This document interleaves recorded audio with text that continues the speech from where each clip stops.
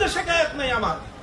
আমি শুরু বের হয়ে এসে এখনো পর্যন্ত এই কথাই বলতেছি, আমাদের উপর যা জুলুম হয়েছে, যে নির্যাতন আমাদের উপর হয়েছে, এই নির্যাতনের পূর্ণ দাস্তান আমরা জাতির সামনে এখনো উন্মুক্ত করি নাই।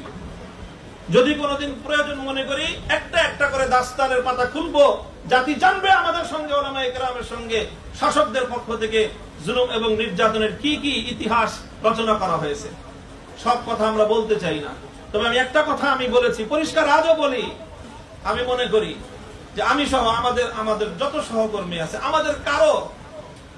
আমাদের কারো এই মজলুমিয়াতের জন্য, আমাদের উপর এই জুলুম এবং নির্যাতনের জন্য কোন আলেম, কোন পক্ষের আলেম এটার সঙ্গে জড়িত নাই। আমার এটা ব্যক্তিগত মতামত, এটা আমাদের সাথীরাও আমার সঙ্গে দ্বিমত করতে পারেন, আমার ব্যক্তিগত মতামত, কারো এখানে ভূমিকা নাই। হ্যাঁ, যেটা হতে পারে যে একজন আলেমের বন্দিত্বের কারণে তার যতটুকু কষ্ট পাওয়ার উচিত ছিল সেই কষ্টটা তিনি পান নাই, যতটুকু ভূমিকা তার রাখার দরকার ছিল মুক্তির জন্য সেই ভূমিকাটা হয়তো রাখেন নাই। বেশির চেয়ে বেশি এটাও হতে পারে যে আমরা বন্দী হওয়ার কারণে কেউ কেউ মনে মনে খুশিও হয়েছে, হতেই পারে, কারো সঙ্গে ব্যক্তিগত রেষারেষি থাকতে পারে, এটা কোনো খুব বড় কোনো বিষয় না।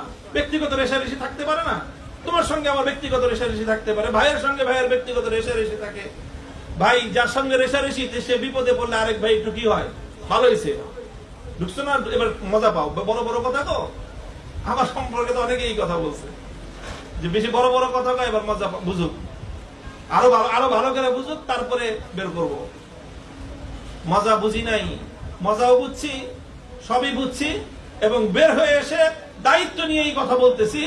আগে যা বলেছি সঠিক বলেছি, আগামী দিনেও যা বলবো ইনশাআল্লাহ সেই ধারাই বলবো কথা।